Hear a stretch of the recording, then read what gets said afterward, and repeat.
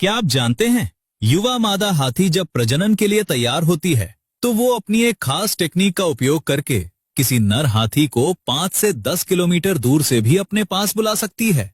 नर हाथी चाहे जंगल के किसी कोने में हो, वो इस खास संकेत को महसूस करके सीधा मादा के पास खींचा चला आता है। इस वक्त अगर कोई इंसान मादा हाथी के पास खड़ा हो तो भी मादा की इस तकनीक को देख या सुन भी नहीं सकता। तो आज हम मादा हाथी की इस अद्भुत और रहस्यमयी टेक्निक के बारे में विस्तार से बताने वाले हैं, जो शायद ही आपने पहले कभी सुनी होगी। दरअसल जब नर हाथी मादा के आसपास होता है तो मादा उसे आकर्षित करने के लिए अपने कानों को प्यार से हिलाती है, सूंड से उसके शरीर को सहलाती है और चंचल चाल से उसके आसपास घूमती है, जैसा हर मादा हर नर के साथ करती है। लेकिन जब नर हाथी मादा से कई किलोमीटर दूर होता है तब मादा एक खास टेक्निक इस्तेमाल करती है, जो शायद सभी जानवरों से अलग है। इस टेक्निक में मादा हाथी अपने गले के नीचे मौजूद वोकल कॉर्ड से इंफ्रासाउंड नाम की ध्वनि उत्पन्न करती है। ये इंफ्रासाउंड इतनी कम फ्रीक्वेंसी वाली आवाज होती है कि इंसानी कान इसे सुन ही नहीं सकते, क्योंकि इंसान तो 20 हर्ट्ज से ऊपर की आवाज ही सुन पाते हैं, जबकि हाथी से निकलने वाली इंफ्रासाउंड 5 से 20 हर्ट्ज तक ही होती है। ये ध्वनि सिर्फ हवा में ही नहीं बल्कि जमीन के माध्यम से भी दूर दूर तक यात्रा करती है और जमीन में हल्की सी कंपन पैदा करती है। दूसरी ओर नर हाथी के पैरों में खास संवेदनशील संरचनाएं होती हैं, जो इस धीमे कंपन को महसूस कर लेती हैं और इसे मस्तिष्क तक पहुंचा देती हैं, जिसके चलते नर हाथी मादा की इस प्रजनन कॉल को कई किलोमीटर दूर से भी महसूस कर लेता है और तुरंत मादा के पास खींचा चला आता है। प्रजनन के अलावा हाथी इस इंफ्रासाउंड का उपयोग संकट के समय में भी करते हैं।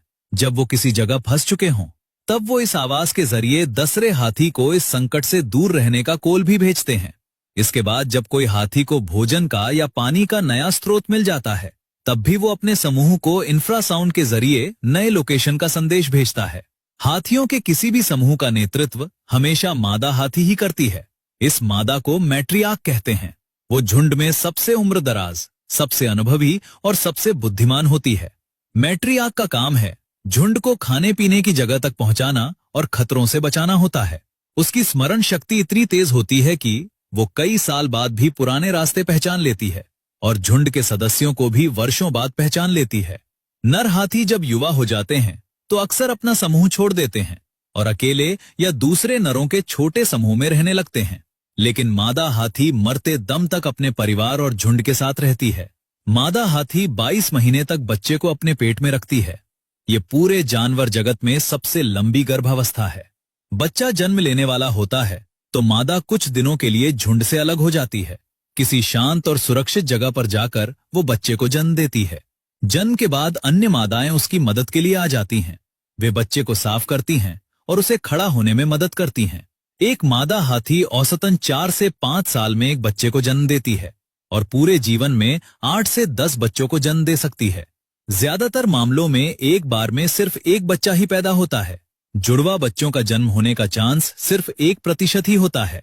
हाथी मौत के प्रति भी बहुत ज्यादा भावुक होते हैं। अगर झुंड का कोई सदस्य मर जाता है तो मादाएं उसके शव के पास कई घंटों या कई दिनों तक रुकती हैं। वे सूंड से शव को सहलाती हैं और कभी कभी पत्तियों, शाखाओं या धूल से ढक देती हैं। वैज्ञानिकों के अनुसार इंसानों के बाद मौत को समझने और भावनात्मक रूप से जुड़ने की क्षमता सबसे ज्यादा हाथियों में ही पाई जाती है। अब आप कमेंट में बताइए, क्या आपको मादा हाथी की ये इंफ्रासाउंड वाली टेक्निक के बारे में आपको पता था? और मिलते हैं अगले रोचक वीडियो में।